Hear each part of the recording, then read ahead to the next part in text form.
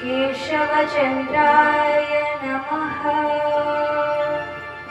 गुरुशरण। धन्य गुरुदेव हे मंगलमय, धन्य तुमार करुणा।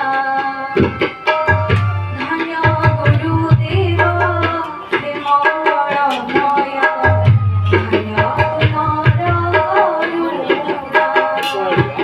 तुम दर्शन झंकार करेछि, तुम दर्शन झंकार करेछि, मोहिन हृदय वीणा। धन्य गुरुदेव हे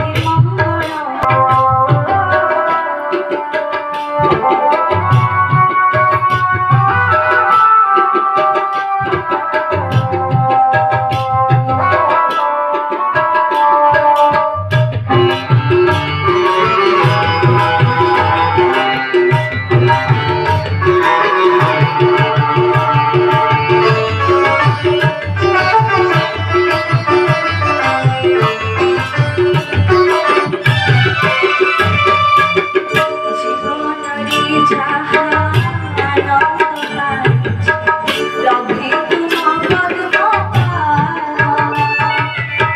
আনন্দ তোমারে তুমি মহানন্দ, হে গুরু পরমানন্দ।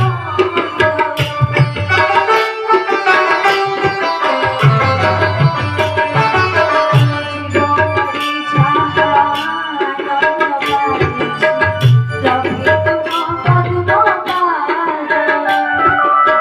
আনন্দ তোমারে তুমি মহানন্দ, হে গুরু পরমানন্দ। তোমাকে বুদ্ধির পথর খাতিরে, তোমাকে বুদ্ধির পথর খাতিরে, কহিলে শুনি ঝরণা। ধন্য গুরুদেব হে মঙ্গলময়, ধন্য তুমার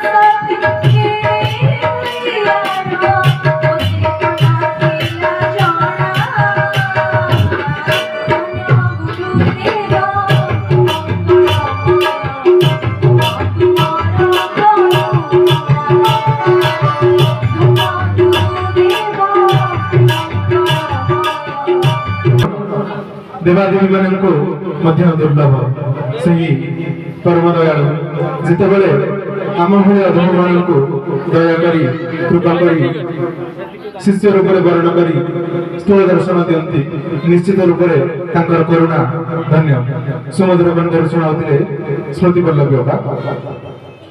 वर्तमान आज सत्संगर जहा मुख्य अंग आलोचना, आज आलोचक महोदय चित्त भाई मंचासीन हो सारी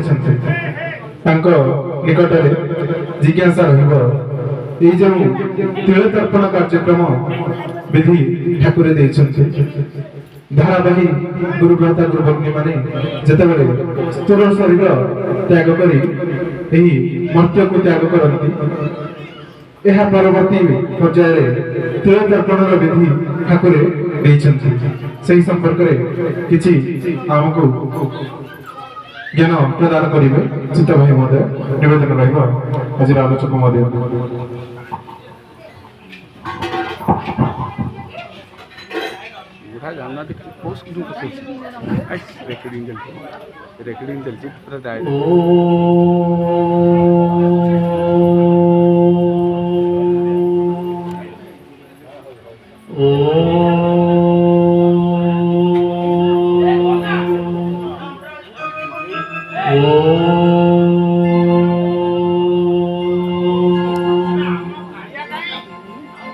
सर्वप्रथमे ମୋର ସ୍ୱପ୍ନ ହୃଦୟର ପୂର୍ଣ୍ଣ ପୁରୁଷ ମଣିଜନ ମାନସ ହଂସ ଅବ୍ୟକ୍ତ ମଣ୍ଡଳାଧିପତି ଗୁରୁଙ୍କର ଗୁରୁ ଗୁରୁସ୍ୱାମୀ ତାଙ୍କର ଅଭୟ ଚନ୍ଦା ଚରଣ ତଳେ ଏ ଅଧମର ଅନନ୍ତ କୋଟିବାର ସାଷ୍ଟାଙ୍ଗ ପଡ଼ିପାତ ତତ୍ପରେ ଆଜିର ମଞ୍ଚ ପରିଚାଳକ ଯିଏ ପ୍ରଥମରୁ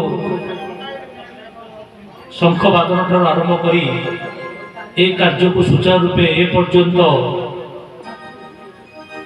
ସୁଲଭୀ ଢଙ୍ଗରେ ପରିଚାଳନା କରିଛନ୍ତି ସେ ଆମର ସୁବ୍ରଜିତ ଭାଇ ତାଙ୍କୁ ମଧ୍ୟ ମୋର ସଶ୍ରଦ୍ଧ ଗୁରୁସ୍ୱାମୀ ଏବଂ ଆଜିର ମଞ୍ଚରେ ଉପସ୍ଥିତ ଏବଂ ଅନୁପସ୍ଥିତ ସମସ୍ତ ଗୁରୁମାତା ଗୁରୁପତ୍ନୀ ଏବଂ ଏ ସପ୍ତବାଦୀ ଯନ୍ତ୍ର ଯେ ପର୍ଯ୍ୟନ୍ତ କର୍ଣ୍ଣଗଛ ରହିଥିବ ତାର ପରିବେଶ ପରିଧି ମଧ୍ୟରେ ଥିବା ସମସ୍ତ ଗୁରୁ ପରମ୍ପରା ଆଚାର୍ଯ୍ୟ ପରମ୍ପରା ଏବଂ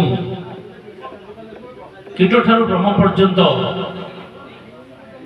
ଦୃଶ୍ୟରେ ହେଉ ବା ଅଦୃଶ୍ୟରେ ହେଉ ଯେଉଁମାନେ ଉପସ୍ଥିତ ରହି ଏହି ଦିବ୍ୟମୟ କାର୍ଯ୍ୟକ୍ରମକୁ ଅନୁଭବ କରୁଛନ୍ତି ଏବଂ ତତ୍ସହିତ ଆଜିର ଏହି ସତ୍ସଙ୍ଗରେ ପୂଜା କାର୍ଯ୍ୟରେ ଯେଉଁମାନେ ସହଯୋଗ କରୁଛନ୍ତି ଏବଂ ଗାନ୍ଧାର କଳାର ବାଦ୍ୟଯନ୍ତ୍ର ଯେଉଁମାନେ ସହଯୋଗ କରୁଛନ୍ତି ସେ ଭାଇ ଭଉଣୀମାନେ ଏବଂ ପାକ କାର୍ଯ୍ୟରେ ଯେଉଁମାନେ ସହଯୋଗ କରୁଛନ୍ତି ସେ ଭାଇ ଭଉଣୀମାନେ ସମସ୍ତଙ୍କୁ ମୋର ସହୃଦୟ ସପ୍ରେମ ଗୁରୁସ୍ୱାମୀ ପ୍ରଣାମ। ଯାଉ ଆଜି ଆମର ବହୁତ ବଡ଼ ଭାଗ୍ୟ ଆମେ କେବେ ଏ ପ୍ରବଚନ କେଉଁଠି ଦେଉନଥିଲୁ। ଗୋଟିଏ ଥର ଆମର ଭଟ୍ଟ ଭାଇଙ୍କ ଘର ପାଖରେ ସୁନୀଲ ବାବାଙ୍କର ବହୁତ ଲେଟ୍ ହେବାରୁ ସେ ଆସିକି ପହଞ୍ଚିଲେନି ପାଖାପାଖି ବହୁତ ସମୟ ଲେଟ୍ କଲା ପରେ ଗୋଟିଏ ଘଣ୍ଟା ପାଇଁ ଆମକୁ ପ୍ରଭୁଙ୍କର କୃପା ହେଇଥିଲା ଆମେ ବିପଦ କହିଥିଲୁ ଏବଂ ତାପରେ ବାବା ଆସିଲେ ତାଙ୍କର କାର୍ଯ୍ୟକ୍ରମକୁ ଆଗକୁ ନେଲେ। ତେଣୁ ଆଜି ଯେଉଁ କାର୍ଯ୍ୟକ୍ରମରେ ଆମେ ପହଞ୍ଚିଛେ ଏ ଜାଗାକୁ ଆଜି କୌଣସି ପ୍ରକାର ଆମର ଆସିବାର ନଥିଲା କାରଣ ଆମର ବହୁତ କାର୍ଯ୍ୟକ୍ରମ ନିଜର ପାରିବାରିକ ସମସ୍ୟା ଯେଉଁ କିଛି ଜମିବାଡ଼ି ଯିବା ଫଳରେ ଆଜି ଆମେ ଗ୍ରାମବାସୀମାନେ ମିଶି ଗୋଟେ ମେମୋରାଣ୍ଡମ୍ ଦେବାକୁ ଯାଇଥାନ୍ତୁ। ଯାଉ ଏ ଭାଇ ପୂର୍ଣ୍ଣଚନ୍ଦ୍ର ମଲ୍ଲିକ ଭାଇଙ୍କର ତାଙ୍କ ବାବଦରେ ମୁଁ ଶୁଣିଥିଲି ତାଙ୍କ କାର୍ଯ୍ୟକ୍ରମକୁ ନ ଆସିବା ପାଇଁ ମୋତେ ପ୍ରମୋଦ ଭାଇ ଯେ ଉତ୍ତରପଡ଼ା ଶାଖାର ପରିଚାଳକ ସେ କହିବା ପରେ ମୁଁ ସୁବ୍ରଜିତ ଭାଇଙ୍କୁ ଏଠି ପଠେଇଥିଲି କିନ୍ତୁ ପ୍ରଭୁଙ୍କର ଏତେ କରୁଣା ତାଙ୍କର ଇଚ୍ଛା ଅଛି ଆମେ ଏ ଜାଗାରେ ଆସିକି ପହଞ୍ଚିବୁ ଏବଂ ଦ୍ୱିପଦ ତିଳତର୍ପଣ ଉପରେ କହିବାର ସୁଯୋଗ ଆମକୁ ଆଜି ଦେଇଛନ୍ତି। ତେଣୁ ଏ ଯେଉଁ ପବିତ୍ର ଗାଁ ପୁରୁଣା ସଂସରପୁର ଆମର ଉତ୍ତରପଡ଼ା ଶାଖା ଅଧୀନରେ ଏ ଜାଗାଟି ଯାଉଛି ଯେଉଁ ପୂର୍ଣ୍ଣଚନ୍ଦ୍ର ଭାଇ ଯାହାଙ୍କର ଆଜି ତିଳତର୍ପଣ କାର୍ଯ୍ୟକ୍ରମ ହେଉଛି ସେ ବହୁ ଉଚ୍ଚକୋଟୀର ଭାଇ ବୋଲି ମୁଁ ଆଗରୁ ଶୁଣିଥିଲି। ସେ ସବୁ କାର୍ଯ୍ୟରେ ଉତ୍ତରପଡ଼ା ଶାଖାକୁ ବହୁ ସାହାଯ୍ୟ ସହଯୋଗ କରନ୍ତି ତାଙ୍କର ମାଟି ଜିନିଷ ଠାରୁ ଆରମ୍ଭ କରି ପତ୍ର ପର୍ଯ୍ୟନ୍ତ ଯେତିକି ତାଙ୍କ ଦ୍ୱାରା ହେଇପାରିଲା ସେ ବହୁ ସହଯୋଗ କରନ୍ତି। ଯାଉ ତାଙ୍କର ଏହି କାର୍ଯ୍ୟକ୍ରମକୁ ପ୍ରଭୁଙ୍କର ଇଚ୍ଛା ଥିଲା ଯେ ଆମେ ଯାଇ ଦୀପ ତାଙ୍କ ପାଇଁ କହିବୁ ଆମେ ଯେତେ ମନା କଲେ ସତ୍ତ୍ୱେ ବି ପ୍ରଭୁ କୌଣସି ପ୍ରକାର ଟାଣିକି ଆଣି ଏଠି ପହଞ୍ଚିଛନ୍ତି। ଯାଉ ପରିଚାଳକ ମହୋଦୟ ବର୍ତ୍ତମାନ କହିଲେ ଯେ ତିଳତର୍ପଣ ଉପରେ ଦୀପଦ କହିବା ପାଇଁ ଆକ୍ଚୁଆଲି ପ୍ରଥମେ ତିଳତର୍ପଣ କ'ଣ ଆଉ ତିଳତର୍ପଣ କାହିଁକି କରାଯାଏ ଆଉ ପ୍ରଭୁଙ୍କର ବିଧାନ କ'ଣ ଅଛି। ତିଳତର୍ପଣ ଆଗାମୀ ଯୁଗମାନଙ୍କରେ ମଧ୍ୟ ଅଛି ବା ଥିଲା କିନ୍ତୁ ସେହି କାର୍ଯ୍ୟକ୍ରମକୁ ସମସ୍ତେ କରିପାରୁନଥିଲେ। ମୋର ପୂର୍ଣ୍ଣ ବ୍ରହ୍ମ ମୋର ଅବ୍ୟକ୍ତ ମଣ୍ଡଳାଧିପତି ଅବ୍ୟକ୍ତରୁ ବ୍ୟକ୍ତ ହୋଇ ସେ ଅବ୍ୟକ୍ତର ତୁଳିତଳ୍ପ ଶଯ୍ୟା ପରିତ୍ୟାଗ କରି এই মর্ତ୍য বৈকুণ্ঠରେ ଉପସ୍ଥିତ ହୋଇ ବହୁତ ଗୁଡ଼ାଏ ଜିନିଷ ଦେଇକି ଯାଇଛନ୍ତି। ଏ ଗୁରୁ ପରମ୍ପରାର ଅନନ୍ୟ ଜିନିଷ ସବୁ ସେ ପ୍ରଦାନ କରିଛନ୍ତି। ତନ୍ମଧ୍ୟରେ ଏ ତିଳତର୍ପଣ କାର୍ଯ୍ୟକ୍ରମ ମଧ୍ୟ ଏକ ପ୍ରକାର କାର୍ଯ୍ୟକ୍ରମ। এই ତିଳତର୍ପଣ ଯଦି କରାଯାଏ ଏ ଜୀବ ଭୂଲୋକରୁ ସିଧାସଳଖ ବ୍ରହ୍ମଲୋକରେ ଯାଇ ପହଞ୍ଚି ପ୍ରଭୁଙ୍କ ସହିତ ଲୀନ ହୋଇଯାଇଥାଏ। ଏହି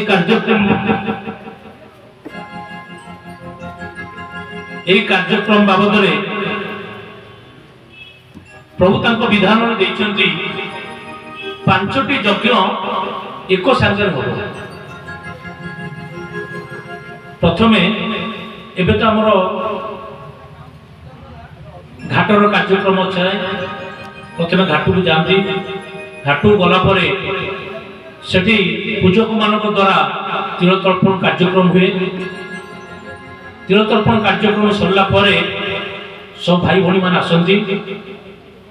ଏବେ 2 ଦିନ ତଳେ ଧ୍ରୁବ ଭାଇ ବି ଆମର ଖଇରକୁଣ୍ଡରେ କହୁଥିଲେ ଯେ ଆଗରୁ ପ୍ରଭୁ ଯେତେବେଳେ ତିଳତର୍ପଣ କରୁଥିଲେ ସବୁ ଭାଇ ଭଉଣୀମାନେ ଘାଟକୁ ଯାଉଥିଲେ, ଘାଟରେ ନାମ ଚାଲୁଥିଲା ଏବଂ ସମସ୍ତ ପ୍ରକାର କାର୍ଯ୍ୟକ୍ରମ ସରିଲା ପରେ ସେମାନେ ଆସନ୍ତି, ପୁନର୍ବାର ସ୍ନାନ କରି ସେ ବସ୍ତ୍ର ପରିତ୍ୟାଗ କରି ନୂତନ ବସ୍ତ୍ର ପରିଧାନ କରି ସତ୍ସଙ୍ଗ କାର୍ଯ୍ୟକ୍ରମ କରନ୍ତି ଏବଂ ସତ୍ସଙ୍ଗ 2ଟା 2:30 ଭିତରେ ବନ୍ଦ କରିଦିଅନ୍ତି।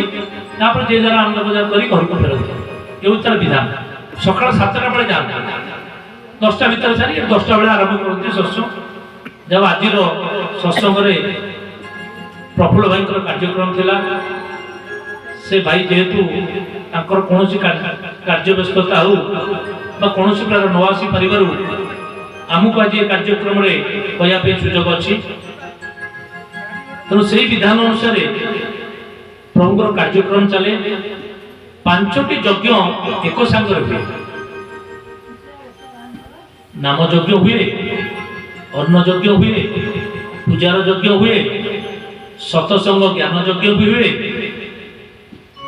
ଆଉ ଗୋଟେ ହେଉଛି ନାମ ଜ୍ଞାନ ନାମ ଯଜ୍ଞ ମୃତ ଯଜ୍ଞ ହୁଏ। ତେଣୁ 5ଟି ଯଜ୍ଞ ଆଟ୍ ଏ ଟାଇମ୍ କରାଗଲେ ଏ ଜୀବ ନାମ ମାଧ୍ୟମରେ ଏ ଧରାପୃଷ୍ଠରୁ ସିଧା ଯାଇ ପ୍ରଭୁଙ୍କ ସହିତ ଲୀନ ହୋଇଯାଏ। ଏ ପରମ୍ପରା ଆଜି ପର୍ଯ୍ୟନ୍ତ କୌଣସି ଗୁରୁ ଦେଇନଥିଲେ।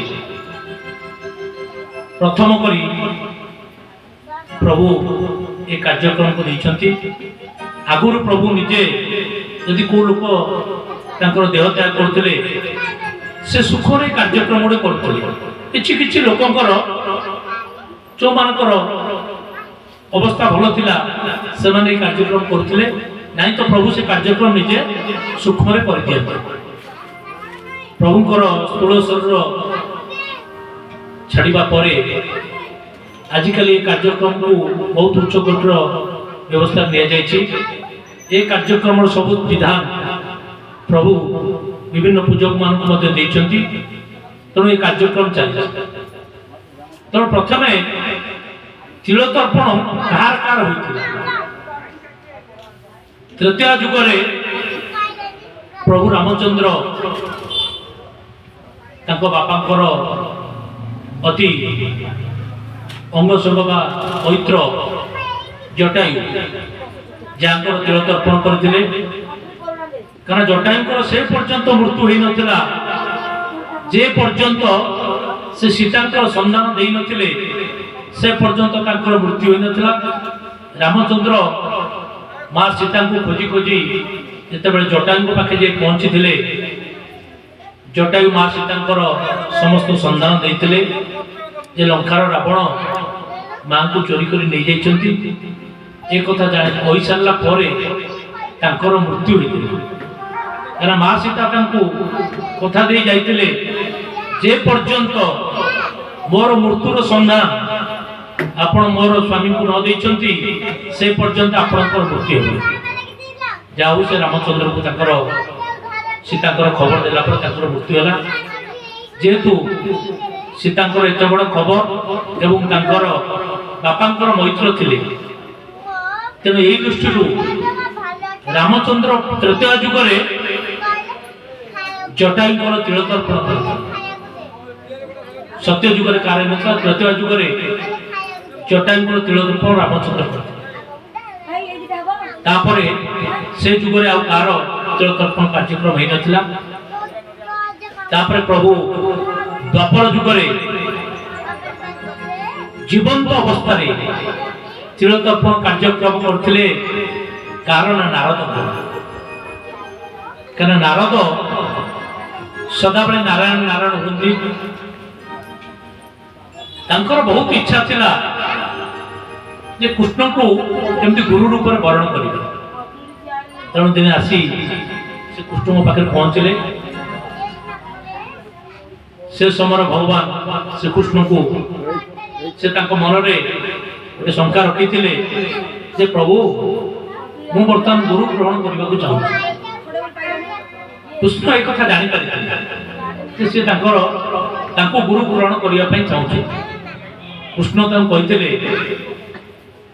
ଯେ ତମେ କାଲି ପ୍ରଭାତରୁ ଯାହାକୁ ପ୍ରଥମେ ଦେଖିବେ ତାକୁ ହିଁ ଗୁରୁ ଗ୍ରହଣ କରିବ। ଯାଉ ନାରଦ ତାଙ୍କ ମନରେ ସେଇ ଭାବ ନେଇ ରାତିରେ ଶୟନ କଲେ। ସକାଳୁ ଉଠନ୍ତେ ବାହାରକୁ ବାହାରନ୍ତେ ଗୋଟିଏ ଚମାର ସହିତ ତାଙ୍କର ଦର୍ଶନ। ସେଇ ଚମାରକୁ ଦର୍ଶନ କଲା ପରେ, କାରଣ ଭଗବାନ ଶ୍ରୀକୃଷ୍ଣ କହିଛନ୍ତି ସକାଳେ ଯାହାକୁ ଦର୍ଶନ କରିବ ତାଙ୍କୁ ପ୍ରଥମେ ଆପଣ ଗୁରୁ ରୂପେ ଗ୍ରହଣ କରିବେ। ତେଣୁ ସେଇ ଚମାରଙ୍କୁ ନାରଦ ଗୁରୁ ରୂପରେ ଗ୍ରହଣ କଲେ।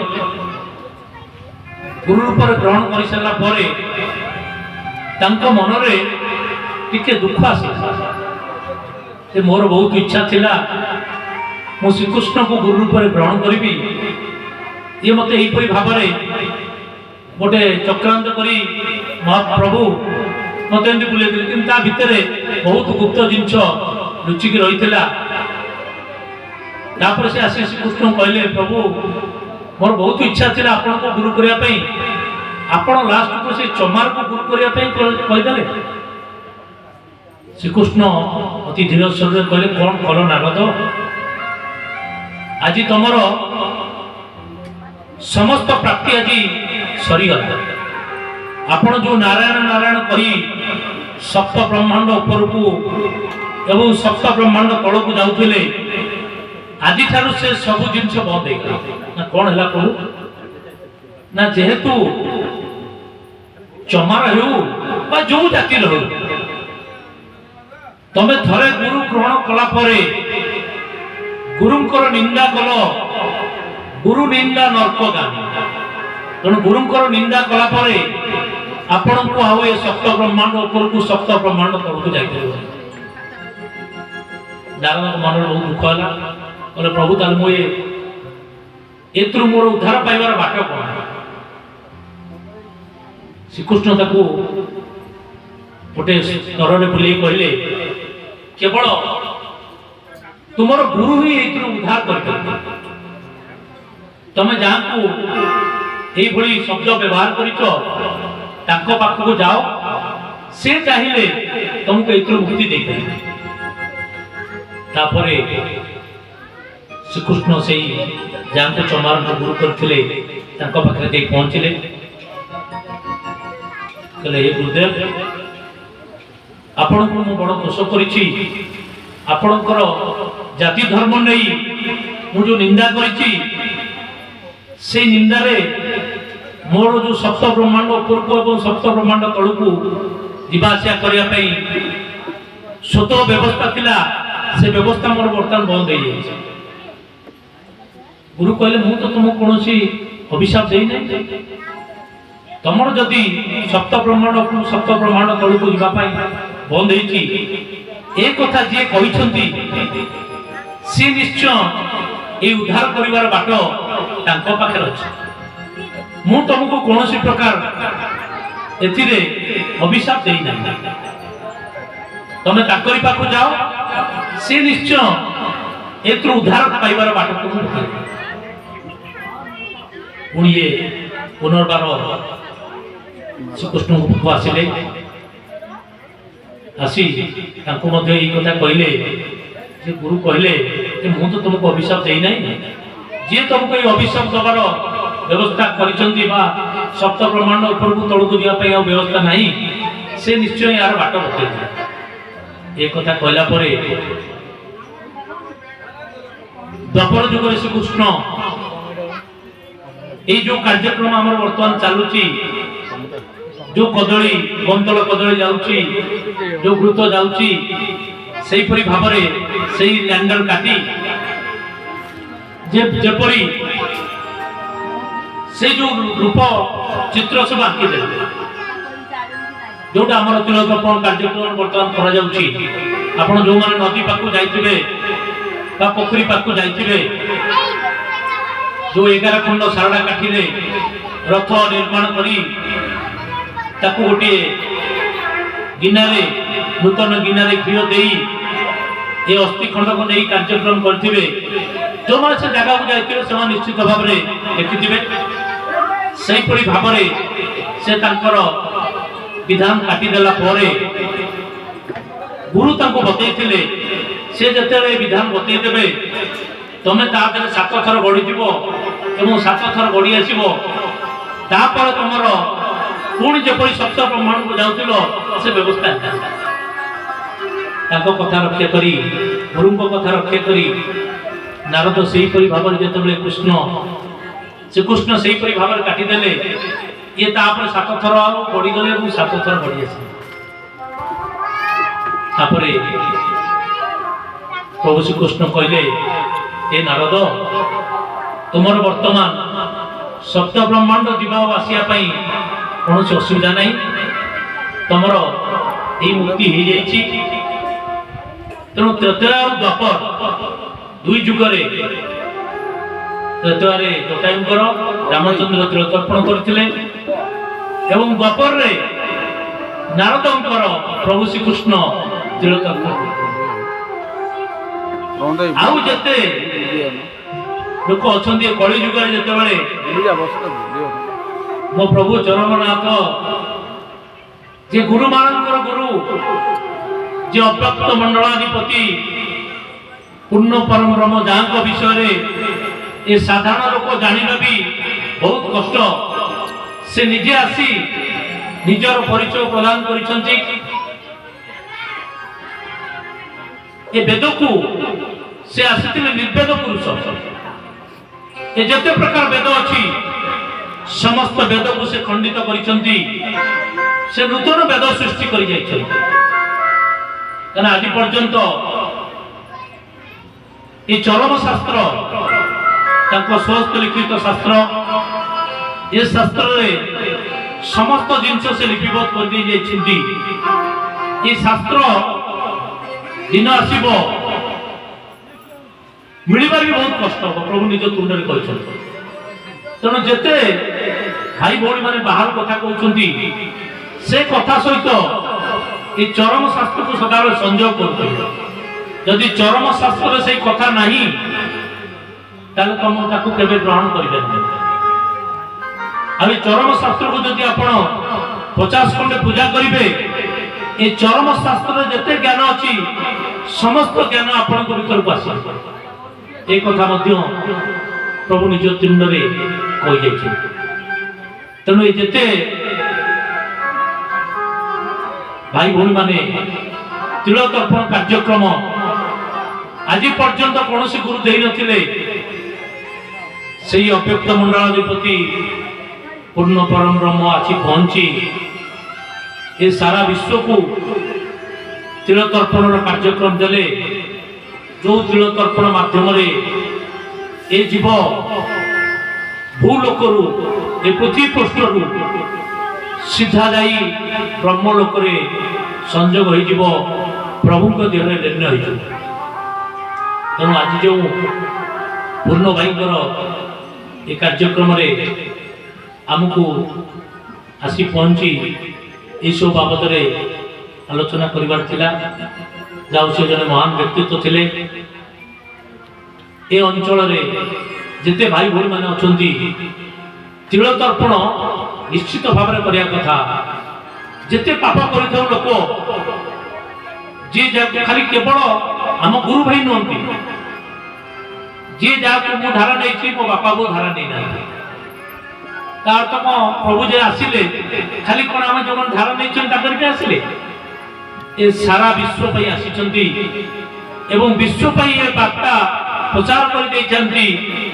ଆଗାମୀ ଯୁଗମାନଙ୍କରେ এই তিল তর্পণ কার্যক্রম মাধ্যমে কানা মাত্র থরে অজাম্বিଳ নারায়ণ নাম ধরলা পরে এতে বড় পাপী থাই মধ্য সে গোটিয়ে থর নারায়ণ নাম খালি নেই গলা বলি সে মুক্তি পাইগলা। তেণু মো প্রভু মো জীবধন যে ব্যবস্থা করে যাইছন্তি যে সারা বিশ্বর লোকଙ୍କ ପାଇଁ ଏ ବ୍ୟବସ୍ଥା କରିଛନ୍ତି। যে ଯାହାକୁ ଭଲ ପାଉଛନ୍ତି ତାଙ୍କ ବାପା ମା ଯେଉଁମାନଙ୍କର ଦେହାନ୍ତ ହେଉଛି, ଯଦି ତାଙ୍କର ଏଇ ତିଳ ତର୍ପଣ କାର୍ଯ୍ୟକ୍ରମ ସେ କରନ୍ତି ତାହେଲେ ସେ ଲୋକ ଯେତେ ପାପ କରୁ ଏ ବ୍ୟବସ୍ଥା ମାଧ୍ୟମରେ ସେ ଭୂ ଲୋକରୁ ସିଧା ବ୍ରହ୍ମ ଲୋକରେ ଯାଇ ପହଞ୍ଚିଯିବ। ଏ ପ୍ରଭୁ ସାରା ବିଶ୍ୱ ଲୋକ ପାଇଁ ଏ ବ୍ୟବସ୍ଥା କରାଯାଇଛି। ତେଣୁ ଏଇ ଜିନିଷ ଯୁଗେ ଯୁଗେ ରହିବ। ଏ ପ୍ରଭୁଙ୍କର ଗୋଟେ ଅନନ୍ୟ ଲୀଳା। ଯେତେ ଗୁରୁ ପରମ୍ପରାରେ ଆସିଥିଲେ, ଯେତେ ଗୁରୁ ଆସିଛନ୍ତି, ଆଜି ପର୍ଯ୍ୟନ୍ତ ଏ ବ୍ୟବସ୍ଥା କେହି ଦେଇନାହାନ୍ତି। କେବଳ ପ୍ରଭୁ ଏ ବ୍ୟବସ୍ଥା ପ୍ରଦାନ କରିଛନ୍ତି। ଯାଉ ଆଉ ତ କହିଲେ ବହୁତ କଥା ଅଛି। 11 ଖଣ୍ଡ ସାରଳା କାଠିର କାର୍ଯ୍ୟକ୍ରମ ବି ଆପଣମାନେ ଆମଠାରୁ ଯେଉଁମାନେ ପ୍ରଭୁଙ୍କ ସହିତ ବେଶୀ ଅଙ୍ଗସଙ୍ଗ ଲାଭ କରିଛନ୍ତି, କାହିଁକି 11 ଖଣ୍ଡ ସାରଳା କାଠିରେ ରଥ ବନିଆଉଛି, ଆଉ କ'ଣ କୋଉ କାଠି ନାହିଁ? ତେଣୁ ତାର ବି ସେ ହେଉଛନ୍ତି ସାରଳା ସୁନ୍ଦରୀ। ତାକୁ ସେ ମଧ୍ୟ କଥା ଦେଇଥିଲେ ଯେ ମୋରି କାଠିରେ ବନିଆ ହବ, ହେଲେ ଏ ଜୀବ ମୁକ୍ତି ପାଇବ। ଏବଂ ଏ ଯେଉଁ 5ଟା ଯଜ୍ଞ, ଏଇ 5ଟା ଯଜ୍ଞ ଏକା ଦିନରେ ହବା ଦରକାର। ବହୁତ ଲୋକ ଅଛନ୍ତି ଖାଲି ତିଳ ତର୍ପଣ ଘାଟରେ କରି ବନ୍ଦ କରିଦେଉଛନ୍ତି। ତାର ବିଧାନ ତିଳ ତର୍ପଣ ସରିଲା ପରେ ଏଇସବୁ କାର୍ଯ୍ୟକ୍ରମ ଗୁଡ଼ା ନିହାତି କରିବା କଥା। ଅନ୍ନ ଯଜ୍ଞ ନା ରୋଷେଇ କରିବେ ଯେତିକି ଆପଣ ବଳ ଅଛି। ଆମେ କହୁଛେ କାହାର ବଳ ଅଛି 1000 1000 ଲୋକଙ୍କୁ ଖାଇବାକୁ ଦେବ, ଯାହାର ବଳ ନାହିଁ କିଛି ନହେଲେ 50 ଲୋକଙ୍କୁ ଖାଇବାକୁ ଦେବ। ଗୁରୁତ୍ୱ ଯଜ୍ଞ ହବ, ଘିଅ ଅଳ୍ପ ଟିକେ ପଡ଼ିବେ, ପୂଜାର ଯଜ୍ଞ ହବ। ବର୍ତ୍ତମାନ ପୂଜକ ଆସିଥିଲେ ପୂଜା କରୁଥିଲେ। ଆପଣ ଜ୍ଞାନ ଯଜ୍ଞ, ବର୍ତ୍ତମାନ ଆମେ ଦୀପଲ ପ୍ରଭୁଙ୍କର ହୟତ ଉପରେ ଆମେ କହୁଛେ ଜ୍ଞାନ ଯଜ୍ଞ ବି ହବ। ତେଣୁ ଏହିପରି ଭାବରେ ପୂଜାର ଯଜ୍ଞ ହବ। ଏହିପରି 5ଟା ଯଜ୍ଞ କରାଗଲେ ସେ ଜୀବ କେବଳ ନାମରେ ନାମରେ ଯେତେବେଳେ ଘାଟରେ କାର୍ଯ୍ୟକ୍ରମ ଚାଲିଥିବ, ଏ ଜୀବ ଛୋଟିଆ ଅସ୍ଥି ଖଣ୍ଡେ ଗଲା ଠାରୁ ସେଇ 11 ଖଣ୍ଡ ସାରଳା କାଠିରେ ବନିଆ ହେଇଥିବା ରଥ ତାକୁ ଯେତେବେଳେ ଜଳରେ ଭାସମାନ ଅବସ୍ଥାରେ ଛଡ଼ାଯାଏ, ସେ ପର୍ଯ୍ୟନ୍ତ ନାମରେ ନାମରେ ଏ ଜୀବ ଭୂ ଲୋକରେ ସିଧା ଯାଇ ବ୍ରହ୍ମ ଲୋକରେ ପ୍ରଭୁଙ୍କ ସହିତ ଦିନ ହେଇଯିବ। ତେଣୁ ସମସ୍ତ ଭାଇ ଭଉଣୀଙ୍କ ନିବେଦନ, ନିଶ୍ଚିତ ଭାବରେ ଏହି କାର୍ଯ୍ୟକ୍ରମକୁ ଆଗେଇ ନିଅନ୍ତୁ। ଆଜିକାଲି ବହୁ ପ୍ରକାର ଗୋଷ୍ଠୀ ଆସି ଏ କାର୍ଯ୍ୟକ୍ରମ କଲେଣି। ତେଣୁ ଯେଉଁମାନଙ୍କର ପଇସା ପତ୍ର ମଧ୍ୟ ନାହିଁ, କିଛି ଭାଇ ଭଉଣୀମାନେ ଗୋଟେ ଗୋଷ୍ଠୀ କରିଛନ୍ତି ଏବଂ ତା ମଧ୍ୟରେ ବି ଏ କାର୍ଯ୍ୟକ୍ରମ କରୁଛନ୍ତି। ତେଣୁ ସେ କାର୍ଯ୍ୟକ୍ରମଟି କେବଳ ଘାଟ କାର୍ଯ୍ୟକ୍ରମ କରୁଛନ୍ତି, ତା ସହିତ ଅନ୍ୟାନ୍ୟ କାର୍ଯ୍ୟକ୍ରମ ନିହାତି କରିବା କଥା। ସବୁ କାର୍ଯ୍ୟକ୍ରମ ଭିତରେ ଏ ଜୀବଟା ଯିବ, ନାମରେ ଜୀବଟା ପଳେଇବ, କିନ୍ତୁ ଗଲା ପରେ ବି ଏସବୁ କାର୍ଯ୍ୟକ୍ରମ ହେଇଗଲେ ସେ ପ୍ରଭୁଙ୍କ ସହିତ ଡାଇରେକ୍ଟ ଲୀନ ହେଇଯିବ। ତେଣୁ ଆଜି ଏ ପୂର୍ଣ୍ଣଚନ୍ଦ୍ର ଭାଇ ନିଶ୍ଚିତ ଭାବରେ ପ୍ରଭୁଙ୍କ ସହିତ ଲୀନ ହୋଇଯାଇଛନ୍ତି। ତେଣୁ ତାଙ୍କର ଏ ମହତ୍ ଉଦ୍ଦେଶ୍ୟ ଥିଲା ଆଜି ଆମକୁ ବି ଏ ଜାଗାରେ ଆଣିକି ପହଞ୍ଚିବା ପାଇଁ। କୌଣସି ପ୍ରକାର ଆମର ଆସିବାର କାର୍ଯ୍ୟକ୍ରମ ନଥିଲା, କାରଣ ମୁଁ ସେଥିପାଇଁ ସୁବ୍ରଜିତ ଭାଇଙ୍କୁ ପଠାଇ ଦେଇଥିଲି କିନ୍ତୁ ତାଙ୍କ କଥା ଶୁଣିଲା ପରେ ଯେତେବେଳେ ଭାଇ ଆମର ପ୍ରମୋଦ ଭାଇ ଫୋନ୍ କଲେ କହିଲେ ଭାଇ ଆଉ ପ୍ରଫୁଲ୍ଲ ଭାଇ ଆସୁନାହାନ୍ତି, ଆପଣ ନିହାତି କୌଣସି ପ୍ରକାର ବିପଦ କହି ଏ କାର୍ଯ୍ୟକ୍ରମଟିକୁ ଚଳେଇବେ। ଠିକ୍ ଅଛି, ନିଶ୍ଚିତ ଯିବା। କାହିଁକିନା ଏ ଭାଇଙ୍କର ଯେଉଁ ଆଗାମୀ କାର୍ଯ୍ୟକ୍ରମ ସବୁ ଶୁଣିଥିଲି, ସେ ଉତ୍ତରପଡ଼ା ଶାଖାକୁ ବହୁ ପ୍ରକାର ସହଯୋଗ କରନ୍ତି। କାରଣ ଯେଉଁମାନେ ଶାଖା ସହିତ ଜଡ଼ିତ ହୋଇ ରହନ୍ତି, ମୁଁ ସେମାନଙ୍କୁ ଟିକେ ବହୁତ ଭଲ ପାଏ। କାରଣ ପ୍ରଭୁ କହିଛନ୍ତି ମୂଳକୁ ଛାଡ଼ିକି ଡାଳକୁ ଧରିଲେ ଲକ୍ଷ୍ୟ ସ୍ଥଳ ଯିବ ହଜି, ମୂଳ କଟିଗଲେ କଚଡ଼ା ଖାଇବୁ ଆଉ ନ ପାଇବୁ ଖୋଜି। ତେଣୁ ସବୁ ଭାଇ ଭଉଣୀମାନଙ୍କୁ ନିବେଦନ, ନିଶ୍ଚିତ ଭାବରେ ଶାଖାକୁ କେହି ଛାଡ଼ନ୍ତୁ ନାହିଁ। କାରଣ ଶାଖାରେ ମୋ ଜୀବଧନ ଚରମନାଥ ଯେଉଁ ପାଦୁକା ପ୍ରଦାନ କରିଛନ୍ତି, ଏ ସୃଷ୍ଟିର ସମସ୍ତ ଶକ୍ତିର ପାୱା, କୋଟି ସୂର୍ଯ୍ୟ ସମ ପାୱା। ଆମେ ଯେଉଁ ଗୋଟିଏ ସୂର୍ଯ୍ୟ ଦେଖୁଛେ, ଏ ଗୋଟିଏ ସୂର୍ଯ୍ୟ କିଛି ନୁହଁ। ଏ ଯେଉଁ ଶ୍ରୀ ପାଦୁକା ଅଛନ୍ତି, ପ୍ରତି ଶାଖାରେ ନିଶ୍ଚିତ ଭାଇ ଭଉଣୀମାନେ ଦର୍ଶନ କରନ୍ତୁ। ଠାକୁର ନିଜେ ସ୍ଥୂଳରେ ନଥିଲେ ମଧ୍ୟ କେବେ ସେ ନିଜେ କହିନାହାନ୍ତି ମୁଁ ଗୁରୁ ବୋଲି। ସେ ସଦାବେଳେ ପାଦୁକା ଗୁରୁଦେବସ୍ୟ ସାକ୍ଷାତ ଗୁରୁ ପ୍ରତୀକ୍ଷିତ ସେ ପାଦୁକାକୁ ସ୍ୱୟଂ ଗୁରୁ ରୂପରେ ଆମମାନଙ୍କୁ ପ୍ରଦାନ କରିଛନ୍ତି। ତେଣୁ ସମସ୍ତେ ସେଇ ପାଦୁକାଙ୍କ ପ୍ରତି ଅଶେଷ ଦୃଷ୍ଟି ରଖନ୍ତୁ। ସେଇ ପାଦୁକା ନିଶ୍ଚିତ ଆପଣଙ୍କ ସମସ୍ତ କଥା ଶୁଣିବେ। ଆପଣ ତାକୁ ଯିଏ ଯେଉଁପରି ଭାବରେ ଭାବିବେ, ସେ ସେଇପରି ଭାବରେ ଆପଣଙ୍କୁ ବିଚାର କରିବେ। କାହିଁକି ନା ଯିଏ ତାକୁ ଦିଟା କଠୋର ବୋଲି ଭାବିବ, ତାଙ୍କ ପାଇଁ ସେ ଦିଟା କଠୋର। ଯିଏ ଭାବିବେ ଏ ସ୍ୱୟଂ ଅବ୍ୟକ୍ତ ପୁରୁଷ, ଚରମ ପୁରୁଷ, ତାଙ୍କ ପାଇଁ ସେ ସେଇ ରୂପରେ ଦର୍ଶନ କରିବେ। ତାଙ୍କୁ କିଏ ଗଣେଶ ଭାବରେ ଭାବିଛନ୍ତି, ତାଙ୍କୁ ଗଣେଶ ଭାବରେ ଦର୍ଶନ କରୁଛନ୍ତି। ତାଙ୍କୁ କିଏ କାଳୀ ଭାବରେ ଭାବିଛନ୍ତି, ତାଙ୍କୁ ସେ କାଳୀ ରୂପରେ ଦର୍ଶନ, ଯିଏ ଯୋଉ ଭାବରେ। ସେଥିପାଇଁ ପ୍ରଭୁ କହିଛନ୍ତି ଆକାଶଂ ପତିତଂ ତୋୟ ଯଥା ଗଚ୍ଛନ୍ତି ସାଗରେ ସର୍ବଦେବ ନମସ୍ତୁଭ୍ୟଂ କେଶବଂ ପ୍ରତିଗଚ୍ଛନ୍ତି। ତେଣୁ ଆପଣ ଯିଏ ଯୋଉପରି ଭାବରେ ତାଙ୍କୁ ପ୍ରଣାମ କରିବ, ପରିଶେଷରେ ସେ ହିଁ ଗ୍ରହଣ କରନ୍ତି ଆଉ ସିଏ ସେଇ ରୂପରେ ଦର୍ଶନ କରନ୍ତି। ବହୁତ ଲୋକ, ଆମେ ତ ବହୁତ ଜଗନ୍ନାଥ ପ୍ରେମୀ। ମୋର ବହୁତ ଛୋଟବେଳୁ ମୁଁ ଜଗନ୍ନାଥଙ୍କୁ ବହୁତ ଭଲ ପାଏ। ଏ କଥା ହିଁ ପ୍ରଭୁଙ୍କୁ କହିଥିଲି। ପ୍ରଭୁ କହିଥିଲେ ଆପଣ ସଦାବେଳେ ଯିବେ। ଯେତେବେଳେ ମୁଁ ସବୁ ବର୍ଷ ନିହାତି ମାନେ ହେରା ପଞ୍ଚମୀ, ନବମୀ ଦର୍ଶନ ଏବଂ ଆହୁରି ଯେତେ କାର୍ଯ୍ୟକ୍ରମ ଥାଏ ମୁଁ ଯାଇକି ନିଶ୍ଚିତ ପହଞ୍ଚେ। କାରଣ ପ୍ରଭୁଙ୍କୁ ଆମେ ଅର୍ଡର ନେଇଥିଲୁ। କାରଣ ପ୍ରଭୁ କହିଛନ୍ତି ଏକମୁଖୀ ଭାବ ରଖିବ। କିନ୍ତୁ ଏକମୁଖୀ ଭାବ ପରେ ବି ଯେହେତୁ ଆମେ ଜଗନ୍ନାଥଙ୍କ ପାଖରୁ ଯାଇ ପ୍ରଭୁଙ୍କୁ ପାଇଛୁ, ତେଣୁ ଆମେ ପ୍ରଭୁଙ୍କୁ ସବୁ କଥା କହିଦେଇଥିଲୁ ଯେ ପ୍ରଭୁ ଆମେ 32 ପ୍ରକାର ବେଶ ଜଗନ୍ନାଥଙ୍କର କରୁଛୁ। ସେ ବେଶ ବି ଆଜି ପର୍ଯ୍ୟନ୍ତ ଆମ ପାଖରେ ଅଛି।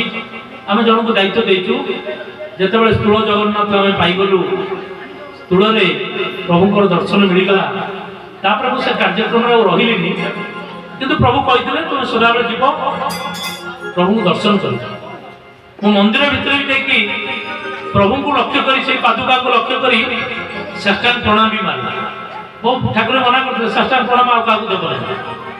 କିନ୍ତୁ ଆପଣ ଯୋଉ ଜାଗାକୁ ଯିବେ, ଯଦି ଗୁରୁ ରୂପରେ ତାଙ୍କୁ ଭାବିବେ ଯେ ଜଗନ୍ନାଥଙ୍କ ଭିତରେ ମୋ ପ୍ରଭୁ କେଶବ ଅଛନ୍ତି, ତାହେଲେ ବି ତାଙ୍କୁ ଯଦି ପ୍ରଣାମ କରିବେ, ତାହେଲେ କୌଣସି ଅସୁବିଧା ନାହିଁ। ଏଇ କଥା ପ୍ରଭୁ ତାଙ୍କ ନିଜ ଶ୍ରୀତୁଣ୍ଡରୁ ଆମକୁ କହିଛନ୍ତି। ଯେତେବେଳେ ଯିବ ଆମକୁ ସ୍ମରଣ କରିବ ଯେ ଆମକୁ ଜଗନ୍ନାଥଙ୍କ ଭିତରେ ଯିଏ ଦେଖିପାରିବ, ତାହେଲେ ଆପଣ ସେଇଠି ସାଷ୍ଟାଙ୍ଗ ପ୍ରଣାମ କରିବେ। କାରଣ ଆପଣ ଯେକୌଣସି ମନ୍ଦିରକୁ ଯାଉଛନ୍ତି, ଶିବ ମନ୍ଦିର ଯାଆନ୍ତୁ, ଲକ୍ଷ୍ମୀ ମନ୍ଦିର ଯାଆନ୍ତୁ, ଯେକୌଣସି ମନ୍ଦିରକୁ ଯାଆନ୍ତୁ, ସେ ଜାଗାରେ ପ୍ରଣାମ କରିପାରିବେ। ସବୁ ଜାଗାରେ ପ୍ରଭୁଙ୍କ ସ୍ଥଳ ରୂପକୁ ଆପଣ ମନ ଭିତରେ ଯଦି ଚିନ୍ତା କରିପାରିବେ, ତାହେଲେ କୌଣସି ଅସୁବିଧା ନାହିଁ। ତେଣୁ ଏଇ ଯୋଉ ପାଦୁକା ପ୍ରଭୁ ଦେଇଛନ୍ତି, ମୁଁ ଆଜି से जगह बसिकी भावुली जे प्रभुंर विग्रह रही तिल तर्पण कार्यक्रम करा प्रभु स्थूल आपण स्थूलेश्वर नहीं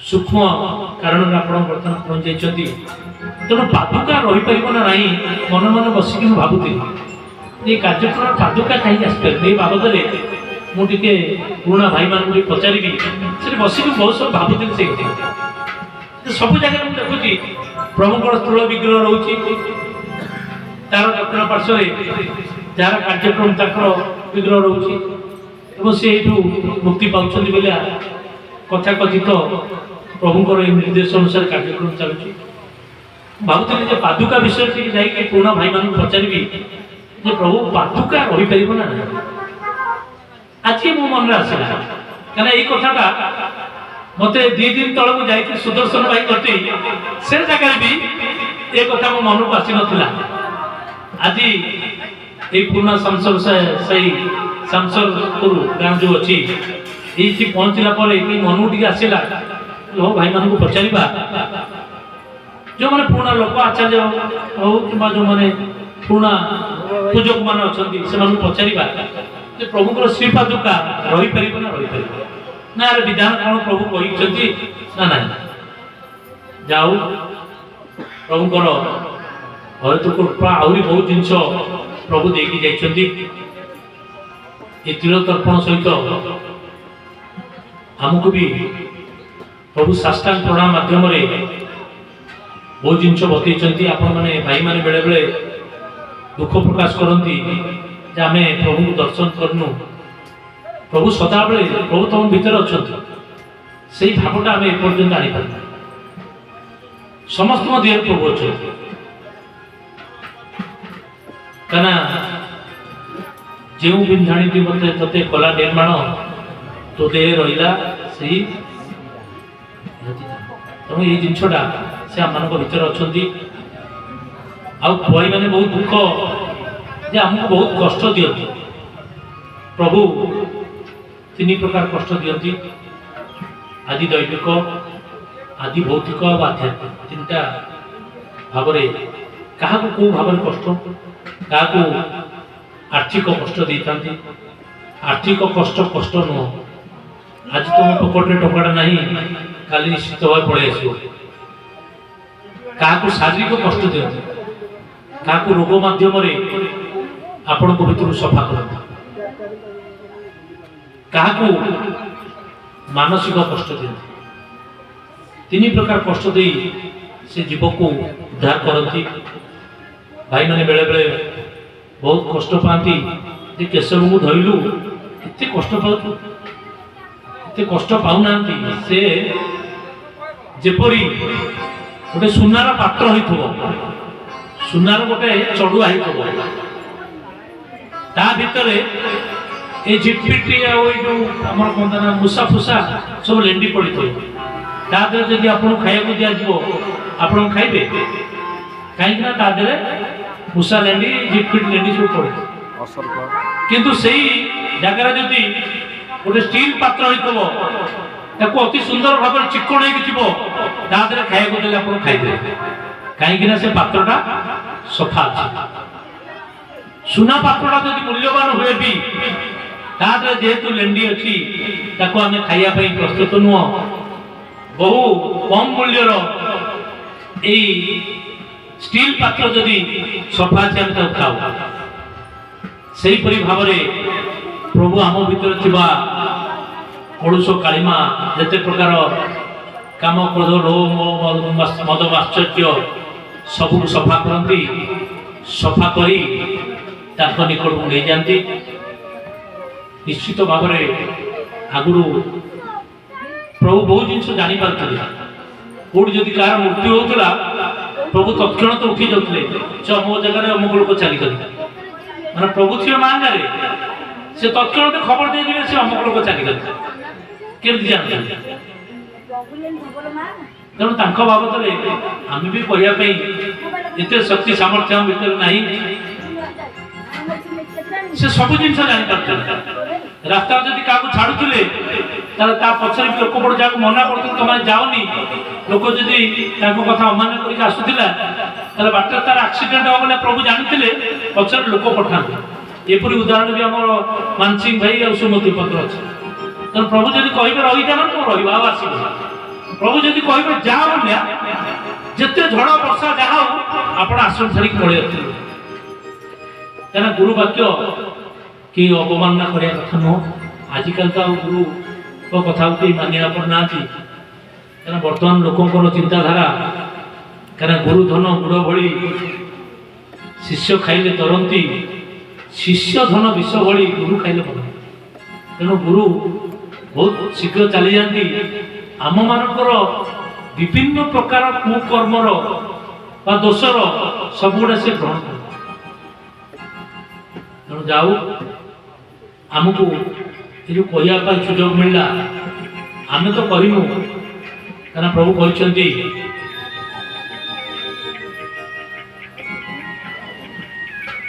ମୁକଂ କରତି ବାଚାଳ ପଙ୍ଗୁ ଲଙ୍ଘୟତି ଗିରି ଯତ୍କୃପା ତମ ବନ୍ଦେ ପରମାନନ୍ଦ। ତେଣୁ ସିଏ ଯାହା ପାଖରେ ବିପଦ କହିଲେ, କାରଣ ସମସ୍ତେ କହିପାରିବେନି। ବହୁତ ଜିନିଷ ଜ୍ଞାନ ଶିଖିଲେ ମଧ୍ୟ ତାଙ୍କର କରୁଣା ନଥିଲେ ଆମେ ଗୋଟିଏ ପଦ ମଧ୍ୟ ଜାଗାରେ ଆମେ କହିପାରିବା ନାହିଁ। ଯେଉଁମାନେ ପ୍ରବଚନ ଦେଉଛନ୍ତି ସେମାନଙ୍କ ଉପରେ ପ୍ରଭୁଙ୍କର ଅହେତୁକ କୃପା କଲ୍ୟାଣ ଥିବାରୁ ସେ ଆମମାନଙ୍କ ସମ୍ମୁଖରେ ବିପଦ କହିବାର ସୁଯୋଗ ଦେଉଛନ୍ତି ବା କଥା କହିବାର ସୁଯୋଗ ଦେଉଛନ୍ତି। ତେଣୁ ସେ ପ୍ରଭୁଙ୍କର ଅହେତୁକ କୃପାରୁ ତିଳତର୍ପଣ କାର୍ଯ୍ୟକ୍ରମ ବିଷୟରେ ଆମର ଯେତିକି ଆମ ଶକ୍ତି ଅନୁସାରେ ଯାହା କିଛି ଆମେ ଜାଣିଥିଲୁ ସେଇ କଥା କହିଲୁ। ତେଣୁ ସମସ୍ତଙ୍କୁ ଗୋଟିଏ କଥା ନିବେଦନ କରିବି, ନିଶ୍ଚିତ ଭାବରେ ଯିଏ ଯାହାକୁ ଭଲ ପାଉଛନ୍ତି ତାଙ୍କର ତିଳତର୍ପଣ କରନ୍ତୁ ଏବଂ ଏଇ କଥାଟା ସାରା ବିଶ୍ୱରେ ପ୍ରଚାରିତ ହେଉ। এই ତିଳତର୍ପଣର ବିଧି ମୋ ଜୀବଧନ ଦେଇଛନ୍ତି ବୋଲି ସମସ୍ତଙ୍କର ଭିତରେ ଏହା ଜାଗ୍ରତ ହେଉ। ଏତିକି କହି ବର୍ତ୍ତମାନ ସମୟ ଆସି 45 ହେଇଗଲାଣି। କାରଣ 2ଟା ଭିତରେ ପୁଣି ଆମର କାର୍ଯ୍ୟକ୍ରମ ଅଛି, ପୂଜକ ମହୋଦୟ ଆସିବେ, ବିରୋଧୀ କାର୍ଯ୍ୟକ୍ରମ ଅଛି। ତେଣୁ ଆଜିର କଥାବସ୍ତୁକୁ ମୁଁ ଏଇଠି ରଖି ଏଇ ଯେଉଁ କଥା ପ୍ରଭୁଙ୍କ କଥା ତାଙ୍କର ସେଇ ପାଦପଦ୍ମ ତଳେ ସମର୍ପଣ କରି ଏବଂ ସମସ୍ତ ଭାଇ ଭଉଣୀମାନଙ୍କୁ ଗୁରୁ ସ୍ୱାମୀ ପ୍ରଣାମ କରି ବାଣୀ ସେବାକୁ ଏଠି ବିରତି ପ୍ରଦାନ କରୁଛି। ଗୁରୁ ସ୍ୱାମୀ, ଗୁରୁ ସ୍ୱାମୀ, ଗୁରୁ ସ୍ୱାମୀ। ଆଲୋଚନା ମାଧ୍ୟମରେ ଏହି ତିଳତର୍ପଣ ବିଧିର ମାହାତ୍ମ୍ୟ ଶୁଣାଉଥିଲେ ଆମକୁ ଆଜିର ଆଲୋଚକ ଚିତ୍ତ ଭାଇ ମହୋଦୟ। ପ୍ରଥମରୁ ତ୍ରେତୟା ସଂସ୍କୃତିରୁ କଥା ଆରମ୍ଭ କରିଥିଲେ ଭାଇ। ମନୁଷ୍ୟ ନହେଲେ ମଧ୍ୟ ପକ୍ଷୀ ଜଟାୟୁଙ୍କର ତିଳତର୍ପଣ କିପରି ଅବତାରୀ ପୁରୁଷ ରାମଚନ୍ଦ୍ର ଭଗବାନ କରାଇଥିଲେ। ପରେ ପରେ ଦ୍ୱାପର ସଂସ୍କୃତିରେ ମଧ୍ୟ ଉଦାହରଣ ଦେଇଥିଲେ, ଯେପରି ମହର୍ଷି ନାରଦ ଦେବତା ହେଲେ ମଧ୍ୟ ଯାହାଙ୍କର ଶରୀରର ମୃତ୍ୟୁ ନାହିଁ, କିନ୍ତୁ ତାଙ୍କ କଳାର ହରଣ ହେତୁ ତାଙ୍କର ମାନସିକ ଭାବେ ମୃତ୍ୟୁ ହୋଇଥିଲା, ଯେଉଁଥିପାଇଁ ଭଗବାନ ଶ୍ରୀକୃଷ୍ଣ ତାଙ୍କର ତିଳତର୍ପଣ କରାଇଥିଲେ।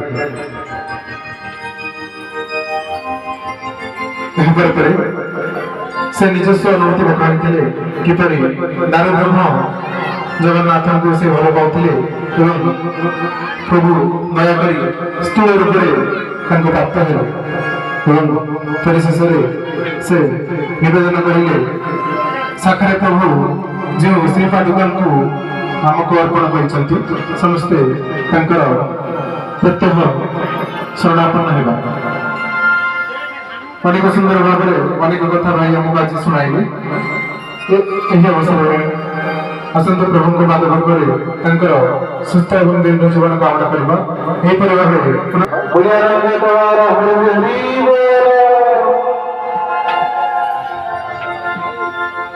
ସତ୍ସଙ୍ଗର ଅନ୍ତିମ ପର୍ଯ୍ୟାୟରେ ଏକ ଅଳ୍ପ ଭଜନ ଶୁଣିବେ ବସନ୍ତ ଭାଇ।